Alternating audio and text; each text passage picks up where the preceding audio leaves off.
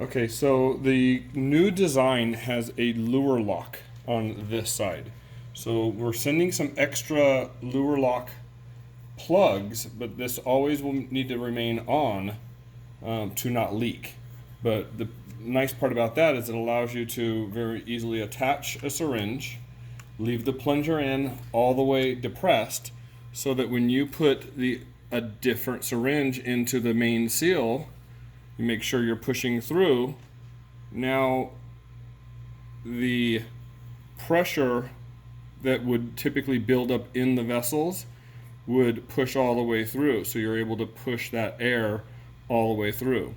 Now, if it starts to get to be too much, also, you could go back and forth a little bit, never trying to inject any of the air that's in the syringe, but you should be able to push back and forth.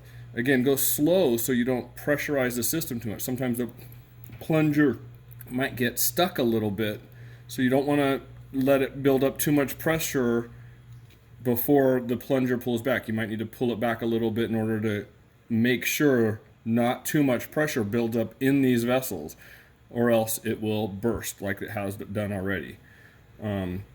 But also, if you have two hands, sometimes if a bubble gets trapped, it's hard to get the flow to go down one specific vessel. You might need someone else to hold down on the vessel so that you are making sure you're pushing most of the pressure down that particular path. And then you could also help push the air bubble out as you're injecting. Again, two people help with that. So then allow the pressure to regulate, so you leave it off for a minute in case there's any built up pressure in there, and then put the plug back on. And again, we'll send some extra plugs, but that is regular Luer lock plugs.